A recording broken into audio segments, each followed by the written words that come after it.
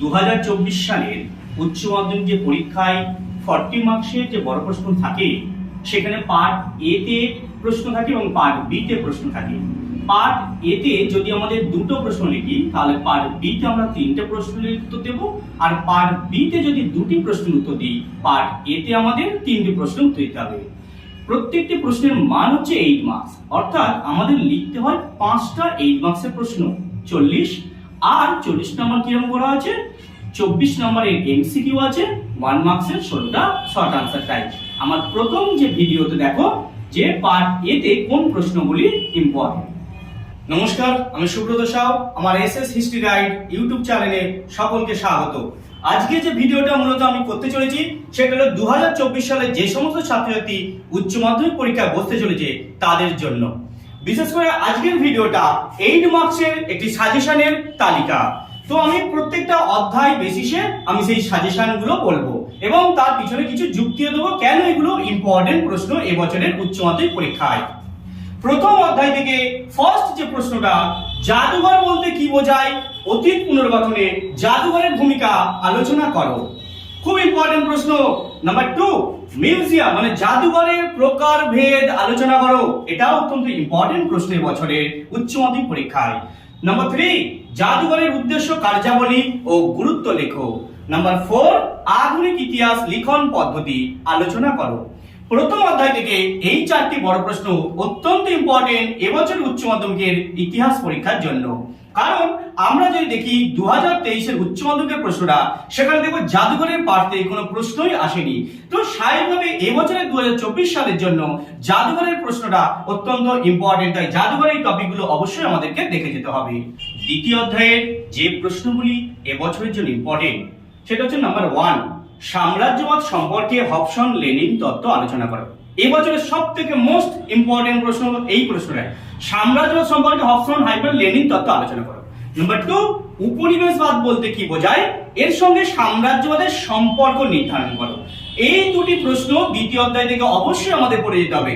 গত বছরে কিন্তু আমরা দেখেছি যে 2023 সালের দ্বিতীয় অধ্যায় থেকে কোনো প্রশ্নই আসেনি। তো স্বাভাবিকভাবে এবছরে 2024 সালের জন্য আমরা দেখব দ্বিতীয় অধ্যায় এই দুটি প্রশ্ন অত্যন্ত ইম্পর্টেন্ট প্রশ্ন।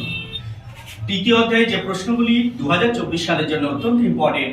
নাম্বার 1, ভারতীয় অবশিল্পায়নের কারণগুলি কি ছিল, ভারতীয় অর্থনীতির ওপর এর প্রভাব আলোচনা করো। নাম্বার 2, ভারতের রেল প্রস্তাবনের উদ্দেশ্য ও প্রভাব আলোচনা করো, অর্থাৎ প্রভাব বলতে গেলে সুফল কুফল। নাম্বার 3, ব্রিটিশ ইস্ট ইন্ডিয়া কোম্পানির আমলে বিভিন্ন ধরনের যে ভূমি রাজস্ব বন্দোবস্ত আমরা পড়েছি, 5 সালা বন্দোবস্ত, 1 সালা, 10 সালা, চিরস্থায়ী, এই বন্দোবস্তগুলো নিয়ে আলোচনা করতে হবে। নাম্বার 4, যেটা চীনের পাঠ, ক্যান্টন বাণিজ্যের মুখ্য বৈশিষ্ট্যগুলি কি ছিল, এই বাণিজ্যের অবসান কিভাবে হয়েছিল। এই প্রশ্নগুলো তোমাকে ভালো করে দেখে যেতে হবে। চতুর্থ অধ্যায়ে যে প্রশ্নগুলি 2024 সালের জন্য ইম্পর্টেন্ট, চতুর্থ অধ্যায়ের নাম্বার 1 প্রশ্ন, ব্রিটিশ শাসনকালে ভারতে আদিবাসী ও দলিত সম্প্রদায়ের আন্দোলনের বিবরণ দাও। নাম্বার 2, আলিগড় আন্দোলনের সংক্ষিপ্ত মানে স্যার সৈয়দ আহমেদের যে আলিগড় আন্দোলন তার সংক্ষিপ্ত বিবরণ। নাম্বার 3, বাংলায় নবজাগরণের চরিত্র বা প্রকৃতি আলোচনা করো। এগুলো কিন্তু প্রত্যেকটা আমাদের ভারতের পাঠ। নাম্বার 4 যেটা আছে সেটা চীনের পাঠ, সেটা হচ্ছে চীনের চৌঠা মে আন্দোলনের কারণ ও ফলাফল আলোচনা করো। এই চারটে প্রশ্ন অত্যন্ত ইম্পর্টেন্ট প্রশ্ন। এবার আমরা পার্ট বি নিয়ে আলোচনা করছি, অর্থাৎ পঞ্চম, ষষ্ঠ, সপ্তম ও অষ্টম অধ্যায়ে। পঞ্চম অধ্যায়ের যে প্রশ্নগুলি অত্যন্ত ইম্পর্টেন্ট 2024 সালের জন্য। নাম্বার 1, 1909 খ্রিস্টাব্দের মল্লমিন্ডল সংস্কার আইনের বৈশিষ্ট্য গুরুত্ব আলোচনা করো। নাম্বার 2, 1935 সালের ভারত শাসন আইনের পটভূমি শর্তাবলী, সেই সঙ্গে এই আইনের গুরুত্বটা আমাদের দেখে যেতে হবে। এবং নাম্বার 3, রাওলাট আইনের উদ্দেশ্য কি ছিল, গান্ধীজি কেন এই আইনের বিরোধিতা করেছিলেন। ষষ্ঠ অধ্যায়ে যে দুটি প্রশ্ন অত্যন্ত ইম্পর্টেন্ট সেটা হচ্ছে নাম্বার 1, 1946 সালের নৌ বিদ্রোহের কারণ ও তাৎপর্য কি ছিল। নাম্বার 2, 1942 খ্রিস্টাব্দের ভারত ছাড়ো আন্দোলন সম্পর্কে একটি নিবন্ধ লেখো। এই দুটি প্রশ্ন ভালো করে আমাদের দেখে যেতে হবে। সপ্তম অধ্যায়ে যে প্রশ্নগুলি অত্যন্ত ইম্পর্টেন্ট, নাম্বার 1, জোট নিরপেক্ষ আন্দোলনের মূল্যায়ন করো। নাম্বার 2, ট্রুম্যান নীতি ও মার্শাল পরিকল্পনা সম্পর্কে সংক্ষেপে আলোচনা করো। নাম্বার 3, ঠান্ডা লড়াই বলতে কি বোঝো, এর তাত্ত্বিক ভিত্তি ব্যাখ্যা করো। নাম্বার 4, কোরিয়া যুদ্ধের কারণ ও ফলাফল লেখো। নাম্বার 5, হো চি মিনের নেতৃত্বে ভিয়েতনামের মুক্তিযুদ্ধের সংক্ষিপ্ত বিবরণ দাও। এই 5টা বড় প্রশ্ন ভালো করে আমাদের দেখে যেতে হবে। আজকে শেষ অধ্যায়, অষ্টম অধ্যায়। এই অষ্টম অধ্যায়ের যে প্রশ্নগুলি অত্যন্ত ইম্পর্টেন্ট। অব উপনিবেশিকরণের সংজ্ঞা দাও, এর সামাজিক, রাজনৈতিক ও অর্থনৈতিক তাৎপর্য ব্যাখ্যা করো। নাম্বার 2, সার্কের উদ্ভবের প্রেক্ষাপট সম্পর্কে আলোচনা করো, এর উদ্দেশ্য কি ছিল।